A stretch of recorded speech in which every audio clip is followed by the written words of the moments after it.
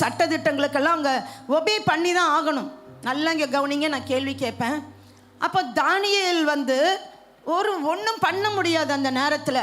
அவங்க ராஜா சொன்னதுக்கெல்லாம் அவர் சரண்டர் ஆகி தான் ஆகணும். ஆனால் அவரால் அந்த சூழ்நிலையை ஒத்து வர முடியாமல் அங்கே யோசிக்கிறார், ஒரு தீர்மானம் பண்ணுகிறார். நாம் இந்த உலகத்தோடு ஒத்த வேஷம் தரிக்கக்கூடாது என்று வேதம் எழுதியிருக்கிறது இல்லையா? கிறிஸ்துவர்களாகிய நம்ம வேறு பிரிக்கப்பட்டிருக்கிறோம். நம்ம பரிசுத்த ஜாதியாக இருக்கிறோம். தேவனால் தெரிந்து கொள்ளப்பட்ட பிள்ளைகளாக இருக்கிறதுனால நாம் வேறுபட்ட ஜீவியம் நம்மளை கொண்டு போய் எந்த பாவமான இடத்துல உட்கார வச்சாலும் அங்கே நம்முடைய தேவன் நம்மை பார்த்து கொண்டிருக்கிறார். அல்லேலூயா. பரிசுத்தமான தேவனை நம்ம ஆராதிக்கிறோம்.